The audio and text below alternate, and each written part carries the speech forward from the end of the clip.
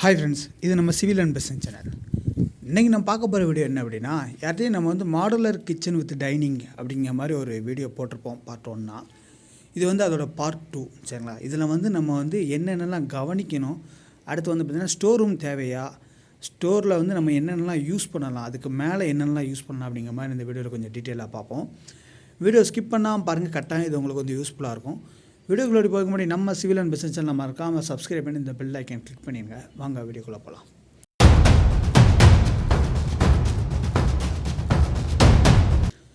பார்த்தீங்க அப்படின்னா, இந்த மாடுலர் கிச்சனுக்கு நம்ம முக்கியமாக கவனிக்க வேண்டியது என்ன அப்படின்னா, நீங்கள் மாடுலர் கிச்சனை யூஸ் பண்ண போகிறீங்க அப்படின்னா முக்கியமாக கவனிக்க வேண்டியது அந்த ஏர் வென்டிலேஷன். சரிங்களா? இது பார்த்திங்கன்னா நம்ம வெண்டிலேட்டர் அப்படிம்போம். சரிங்களா? இது எக்ஸாட் ஃபேன் அப்படிம்பாங்க. ஒரு சின்ன ஃபேனும் இருக்கும், ஆரஞ்சு ஃபேனும் இருக்கும், பெரிய ஃபேனும் ஒரு அடிக்குள்ள ஃபேனும் இருக்கும். நம்ம என்ன ஃபேன் வேணும் அப்படிங்கிறது நம்மளோட யூஸில் பொறுத்து தான். இப்போ இதில் பார்த்திங்கன்னா நம்ம ஒரு சின்ன ஃபேன், ஒரு ஆரஞ்சு ஃபேன் வைக்கிற மாதிரி நம்ம ஒரு சின்ன ஹோல் கொடுத்துருக்கோம். இது கடைசியாக நம்ம அதுக்கு அந்த ஃபேனுக்கு ஏற்றாப்புல நம்ம கடைசியாக பிளாஸ்டிக் ஒர்க் பண்ணையில் அதை கவர் பண்ணிடுவோம். ஸோ இந்த மாதிரி ஒரு எக்ஸாட் ஃபேன் வச்சுட்டிங்க அப்படின்னா உள்ளே இருக்க அந்த புகை, ஸ்மோக்கிங் எல்லாமே வெளியே போயிடும். சரிங்களா? ஸோ அதனால் இந்த மாதிரி மாடுலர் கிச்சன் போடுறீங்க அப்படின்னா அது முக்கியமாக கவனிக்க வேண்டியது. அடுத்து பார்த்திங்கன்னா நிறைய லாஃப்ட் எல்லாமே நிறைய இல்லாமல் நம்ம ஏன் அப்படின்னா இதை லாஃப்ட்டை குறைச்சி தான் ஒரே ஒரு லாஃப்ட்டு தான் கொடுத்துருக்கோம். என்ன பர்பஸ் அப்படின்னா இந்த எல் டைப்பு கீழேயே நம்ம திங்ஸ் எல்லாம் வச்சுக்கலாம். சரிங்களா? ஸோ இதிலெல்லாம் நம்ம மேக்ஸிமமாக நம்ம எந்த திங்ஸும் இல்லாமல் இது ப்ளைனாக ஒரு டைல்ஸ் போட்டு நீட்டாக க்ளீனாக இருக்கிற மாதிரி திங்ஸ் எதுவுமே வெளியே தெரியக்கூடாது. ஸோ அதனால் நம்ம கீழேயும் நம்ம யூஸ் பண்ணிக்கணும். இன்னொன்று பார்த்திங்கன்னா நம்ம ஒரு ஸ்டோர் ரூமும் கொடுத்துருக்கோம்.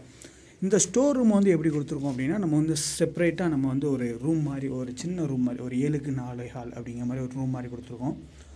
இந்த ரூமில் பார்த்திங்கன்னா நம்ம அங்கே கடப்பாக்கல் போட்டுருவோம். சரிங்களா? அதே மாதிரி இங்கேயும் கடப்பாக்கல் போட்டுருவோம். இதில் திங்ஸ் வச்சுக்கிறது மாதிரி. சரிங்களா? இந்த ரூம் செப்பரேட் ரூமு. அது மாதிரி மேலேயும் பார்த்திங்கன்னா லோ ரூஃப் தான் போட்டிருக்கோம். சரிங்களா? ஸோ லோ ரூஃப் போட்டிருக்கனால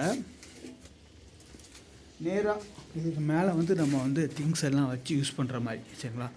ஸோ இதுக்கு மேலே நம்ம திங்ஸ் எல்லாம் இது பார்த்திங்கன்னா இதுக்கு ஸ்டோர் ரூம் மேலே நம்ம சும்மா நம்ம எப்போவுமே பயன்படாத திங்ஸ் எல்லாம் எப்போமாவது ஒரு தடவை பயன்படுத்த திங்ஸ் எல்லாம் மேலே வச்சுக்கலாம்.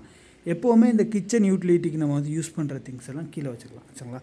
ஸோ அதனால தான் இது 2ஆக பிரித்து வச்சுருக்கோம். ஸோ அந்த ஸ்டோர் ரூமுக்கு நம்ம சைடில் வெண்டிலேஷன் கொடுத்துருக்கோம். சரிங்களா? அந்த ஏர் சர்க்குலேஷனுக்காண்டி வெண்டிலேஷன் கொடுத்துருக்கோம். ஸோ இந்த அமைப்பு எதுக்கு இது தேவையா அப்படின்னு கேட்டிங்க அப்படின்னா, அந்த ஸ்டோர் ரூம் நம்மளோட திங்ஸ் எல்லாமே பார்த்திங்கன்னா செப்ரேட்டாக இருக்கணும். ஏன்னா நம்ம அரிசி அந்த மாதிரி கோதுமை அந்த மாதிரி நிறைய திங்ஸ் வைக்க போகிறோம். அது எல்லாமே இங்கே இடஞ்சலாக இருக்கக்கூடாது.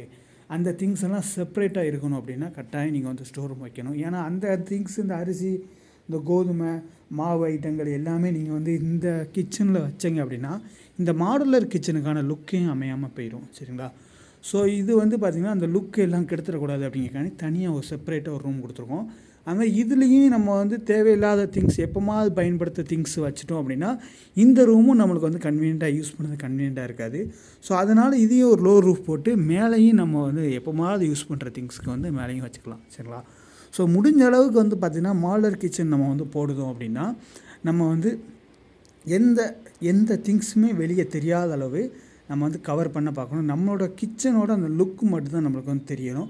ஸோ அந்த இடத்துல நம்ம இந்த இடத்துல பார்த்திங்கன்னா நம்ம இந்த இடத்துல இந்த ஜாமான்கள் திங்ஸ் எல்லாம் இங்கே வைக்காமல் இங்கே ஒரு கபோர்டோ இல்லை அப்படின்னா அங்கே ஒரு கபோர்டு அந்த மாதிரி வச்சு நம்ம அந்த இடத்துல வச்சோம் அப்படின்னா ஸோ அதோட லுக்கு எல்லாமே பார்த்திங்கன்னா அந்த கபோர்டில் தான் அந்த லுக் இருக்குமே தவிர அந்த மாடுலர் கிச்சனுக்கான லுக் இருக்காது.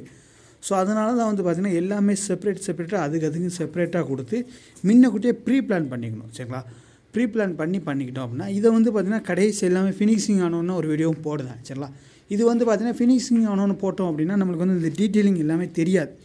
ஸோ அதனால தான் இது பார்த்திங்கன்னா ஒர்க் இன் ப்ராசஸ்லேயே நம்ம அதை டீட்டெயிலாக எக்ஸ்பிளைன் பண்ணுறேன். சரிங்களா?